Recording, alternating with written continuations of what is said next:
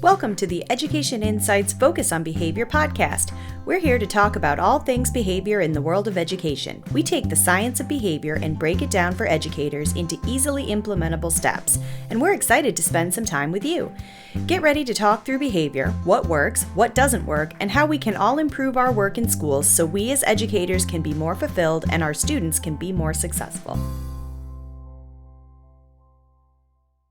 Hi, everyone. Welcome back to Education Insights Focus on Behavior. I'm your host, Dr. Selena Layden, and I have with me my wonderful co-host, Daniel Irwin. Hello. And my other wonderful co-host, Dr. Daria Lorio Barston. Hi, Daria. Hi, everyone. And just as always, our monitor and the lady who keeps us straight and does all the amazing things in the background, our producer, Emily Muse. Hi, Emily. Hello. So today I thought we would do something kind of a little different, and I've been thinking a little bit about pop culture references lately. And, editors note we're going to stay very GPG rated on this, but there's lots of things that come up in pop culture. And so I'm wondering, what are some of your favorite or most memorable or maybe least favorite pop culture references? So I'll start with one that kind of comes to mind from when I was a little bit younger, and I never had this, but I know lots of people that did, was the Rachel haircut from Friends. So the haircut that became like super famous. If you Google the Rachel, you will see the haircut that I'm talking about if you don't know this reference, or if you weren't around when this was a thing. But what are some that pop in your minds? One that immediately came to mind when you said this, and I think it's having a resurgence or the algorithm has totally got me dialed in, is the S thing. You all remember the S thing? You draw like the three lines at the top, and you draw the three lines at the bottom, and then you connect the top with like a little triangle. You connect the bottom with a triangle, and then the two little diagonal lines, and it makes a cool looking S. No one knows where it came from. No one knows how it spread like wildfire and why everyone knows about it, but that one sticks out because again, I've seen it a couple of times on social media recently, and it's been like, oh yeah, that thing's I guess making a comeback. I did not know it was making a comeback, but I did learn how to draw it in like third grade. So interestingly, I also learned how to draw it around the same time, which given the fact that we went to two different schools across the ocean is really fascinating. So I joke because my cultural references are going to be very different if I dig into my childhood, but that one that is like a universal thing, I think. So Daniel, Did you know about the Rachel though? Like you had to know. Oh, 100%. No, because but you know now. Well, now I know. And now, in fact, I'm pretty sure that like the Rachel as a hairstyle might actually be coming back. But yeah, no. So I know about the Rachel haircut today, but I certainly did not at the same time that it was popular, mostly because that is not the show that we got overseas. My reference to United States was the soap opera Santa Barbara. So, if it were not on Santa Barbara, it was not within my context. So, Daria, what was a pop culture reference that you remember from when you were younger? So it's this really obscure thing, and I don't know if anybody is going to know about this, but I remember when I was in elementary school, and like the really cool thing was to chew this one specific type of bubble gum. It was called Love Is. And when you unwrapped it, it came with a little individual cartoon. It was like an inlay of a little cartoon, and it always had, if you know like Precious Moments, right, then it's pretty similar like in the drawing style to that. And it always on top said like Love Is, and then on the bottom it said holding an umbrella over someone even when you're mad, or some cutesy saying like that. And it was a really big deal because we used to collect those and trade them. This was like the early version of Pokemon cards and all of that stuff that came afterwards. So yeah, so Love Is bubblegum with the inserts. It's like the Dove chocolate. Like when you open a Dove chocolate, it doesn't say Love Is, but it has like some like nice saying in it that just is supposed to, I think, make you feel good for the day. Except this one was like a full on, like it was like a double wrap bubble gum in a way, right? So you had the wrapper and then you had this insert that was folded inside of it, but you could pull it out. So it was like a standalone little piece of paper. So like it was intended for like trading. Yeah, no, that was exactly what it was. And in fact, it was one of the many versions of bubblegum that came with cartoons within it. Yeah, and the other really hot thing was the very similar concept, but instead of a little cartoon, it was a little sticker. So there were ones with like really cool cars and, all sorts of other cool stuff. All right. Daniel, do you have another one for us? Kind of. It is, maybe it's not exactly the same thing, but like thinking back to elementary school, you always said like you'd have the yarn and you do the whole thing, like the cat's cradle stuff, and kids like some kids were like really good at it and some kids were not. And it's just one of those things like you just don't think about it for a long time. But it's interesting because now that I've like been in schools and like have volunteered as a cafeteria monitor at my kids' elementary school, like there was definitely a contingency of kids who were doing that at lunch. And it's just like one of those things that like I was the same age when it was a thing for us. And so do I have the blind spot that like it continued through elementary school for however many years, or was it popular when I was in elementary school and then now somehow Like it's back parents because we've taught their got kids. kids, right? Like We've it's got a kids that are at the same age. So interestingly enough, my youngest came home the other day and and I actually like am totally blanking on what these are called. But the little like thingies that like you put them on your fingers and you go like 1, 2, 3, 4. Fortune tellers. That's what we called them, but Yeah. I don't that's not think what that's what they're everybody called. calls them. But Yeah. yeah. Cootie Uh catchers. Cootie catcher. I hadn't heard that one. That. That, Yes, yep, that is the yep. answer. Yeah. All right. Well, anyway, he had this and he had learned how to do it at school. Like I have not shown him how to do this. And so he's like all excited about this and he's showing me the flaps and all this stuff and having me do it. And I had that same kind of thought. Like interestingly enough, he and I went to school. Like I grew up in Minnesota. We now live in Virginia, so very different like landscapes. Um, we're obviously a couple decades apart in our age. And yet he's like got this thing that I think is somewhat ubiquitous. I think now a lot of the time, cultural references, pop culture references, the internet seems to be a very common way that a lot of these pass. But, as we've talked about today, there are several examples of how this may have evolved over time. And so I know, like for me, a lot of the pop culture references that I think about often come from like TV and movies. But to Daniel's point, sometimes we don't really know where they start. So this kind of leads us into, in a very circuitous way, into today's topic, which is our title for today's episode is Classroom Culture Starts with Adult Relationships. And there's two kind of parts to this that we're going to talk about. And we know that classroom culture is really important, and we have to really think about how to develop that. And there are sometimes intended things that happen, and then sometimes there are unintended things that happen that influence the culture of our classroom.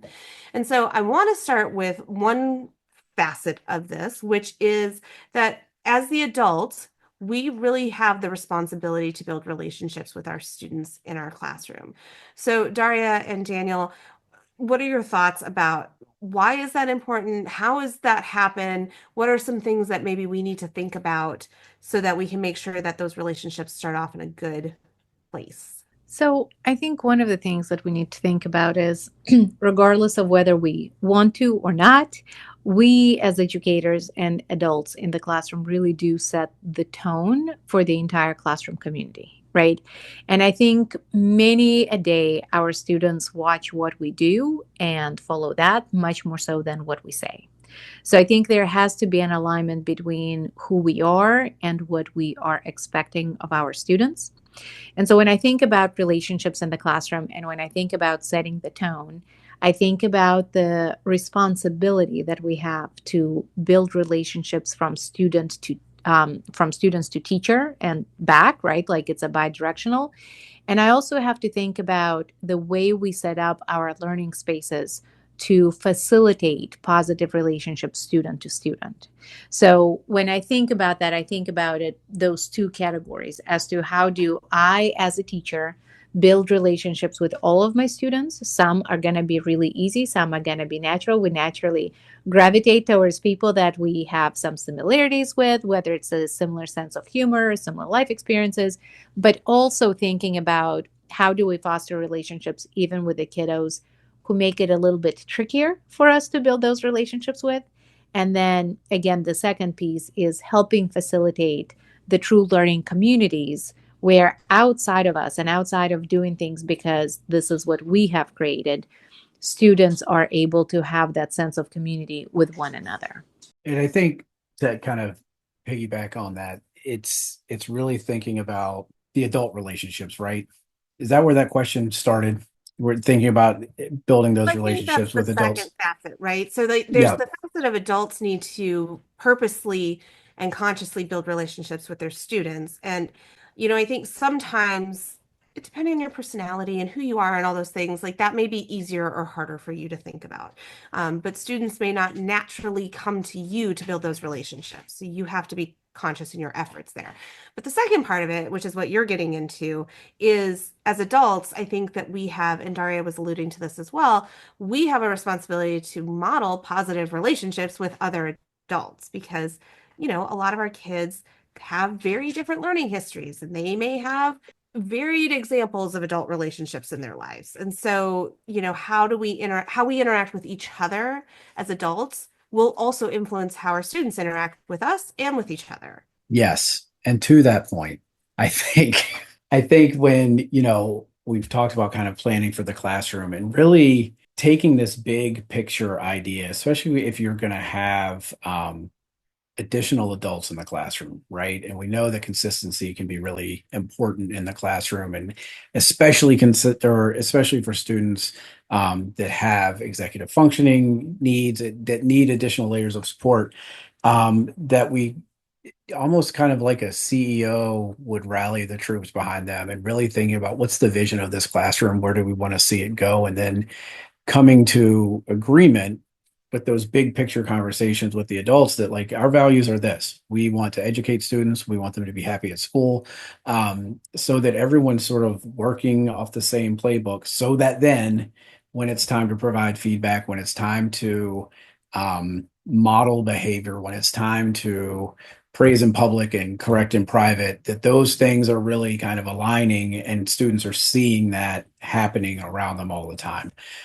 So setting some of those norms around the adult interaction. We're not going to talk about kids in front of them, right? We're not going to, those kind of little things that can really make a big difference in how students are perceiving their value in the classroom, and are perceiving sort of how they're being expected to interact with each other and with the adults. Yeah, and I wonder, lots of things happen during a day, right? We have people in and out of our rooms. We have problems we may not have anticipated. We have students who have needs that may not have been what we were planning on. Our whole plan may just disappear for the day. And how we demonstrate our own behavior around that in relationship to the others around us, I think can be a really powerful. I actually think that can be incredibly powerful instruction. And so I think being mindful about some of those pieces.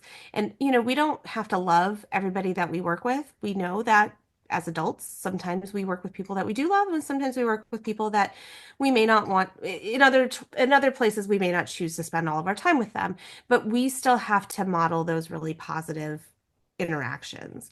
And I think it's okay to also demonstrate like, hey, maybe that wasn't the best interaction, and this is why, and this is what we could do differently in the future so that we have, better better interactions, we have better relationships.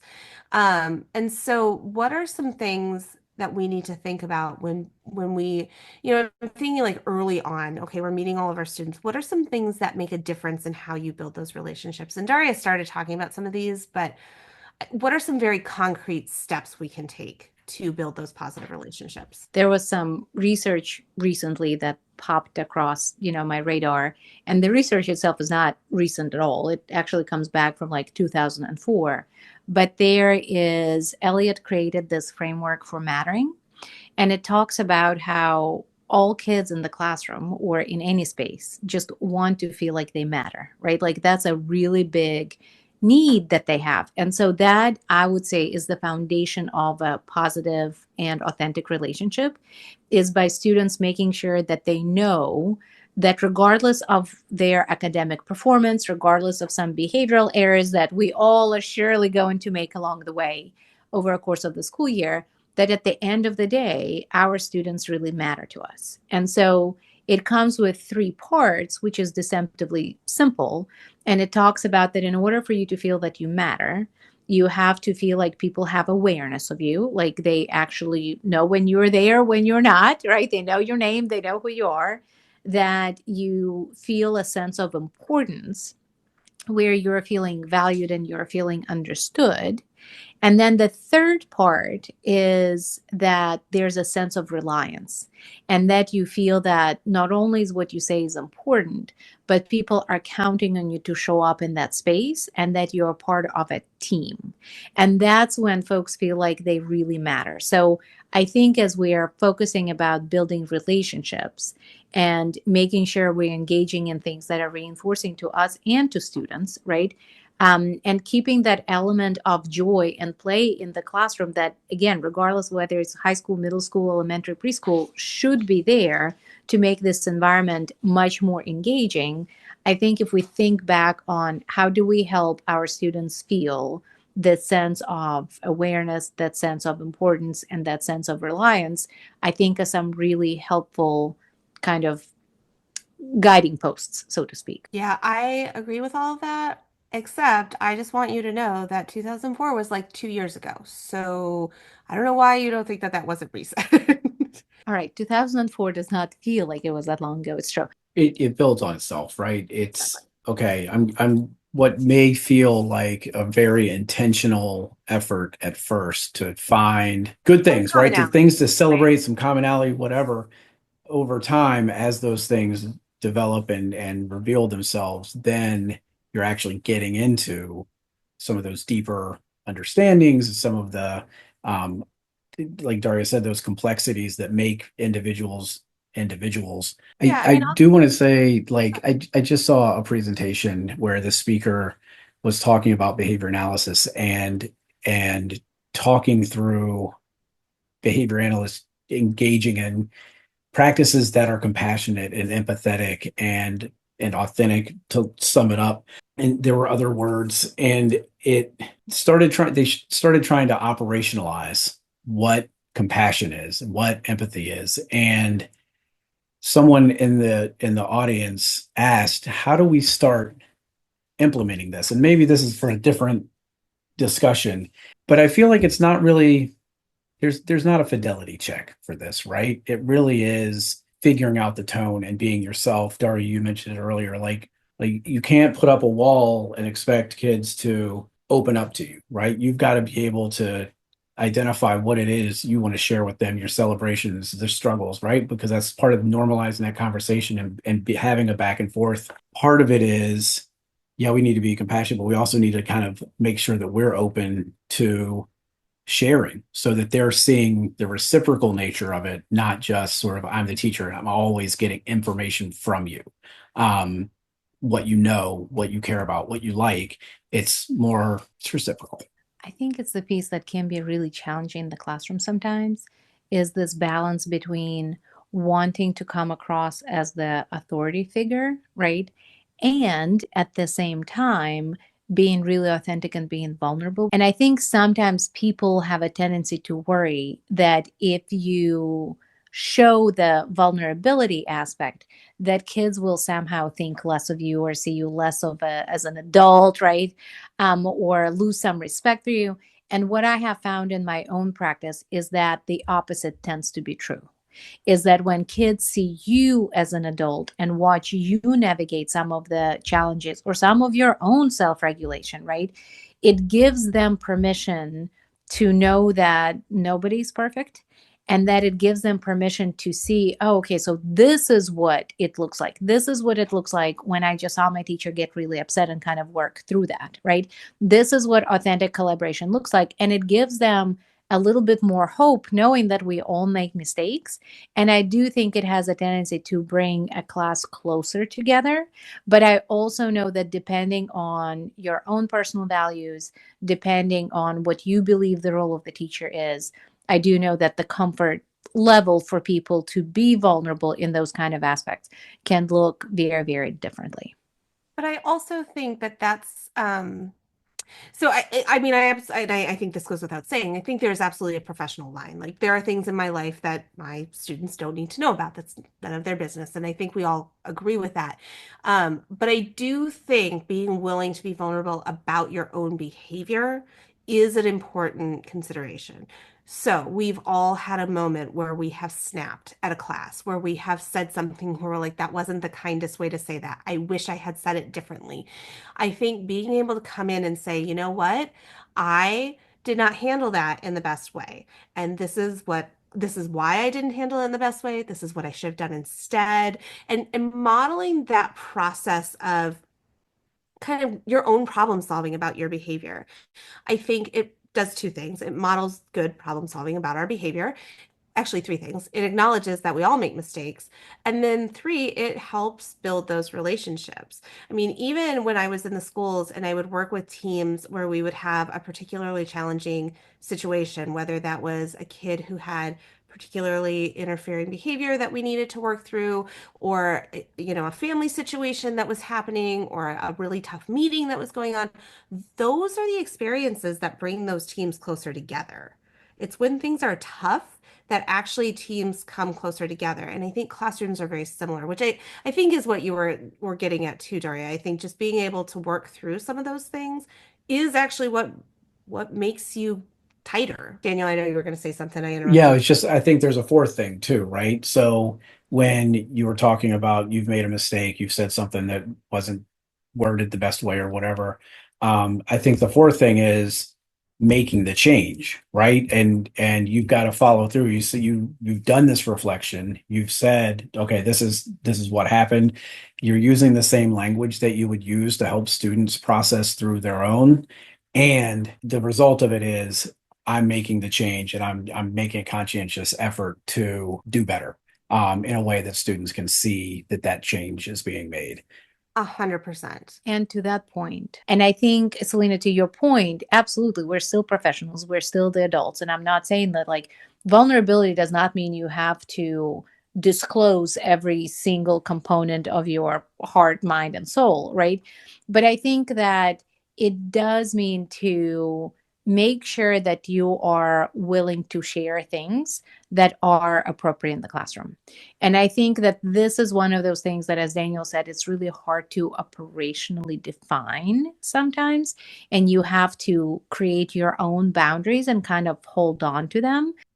Yes, I love that.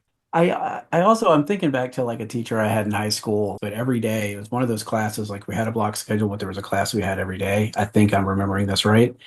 He would read from the newspaper, so this was also from the 1900s.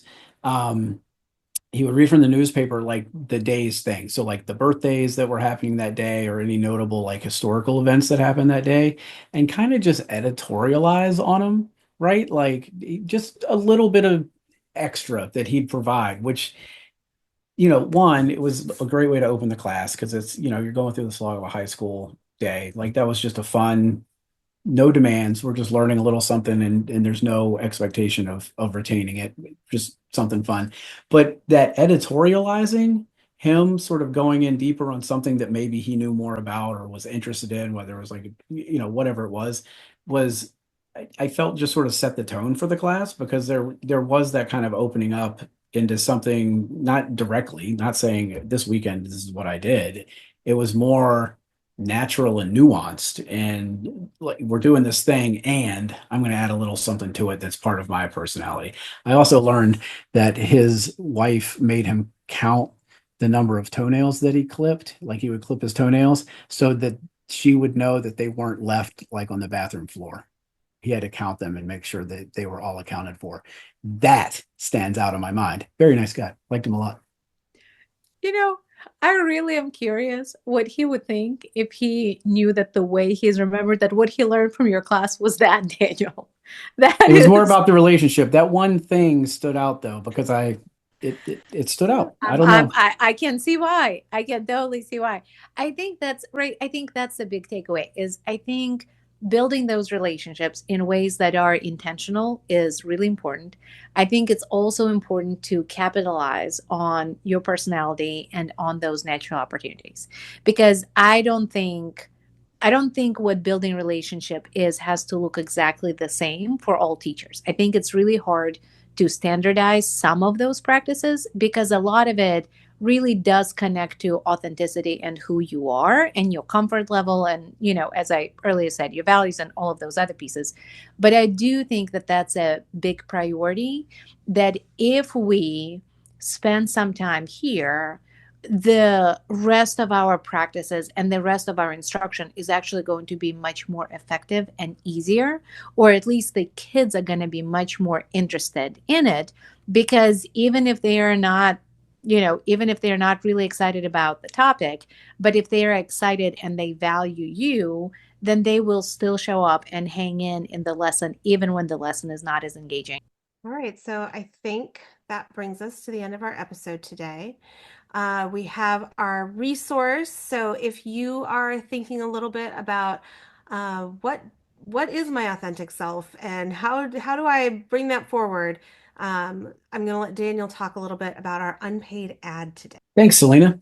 Today, I'm going to talk about the 36 questions that lead to love.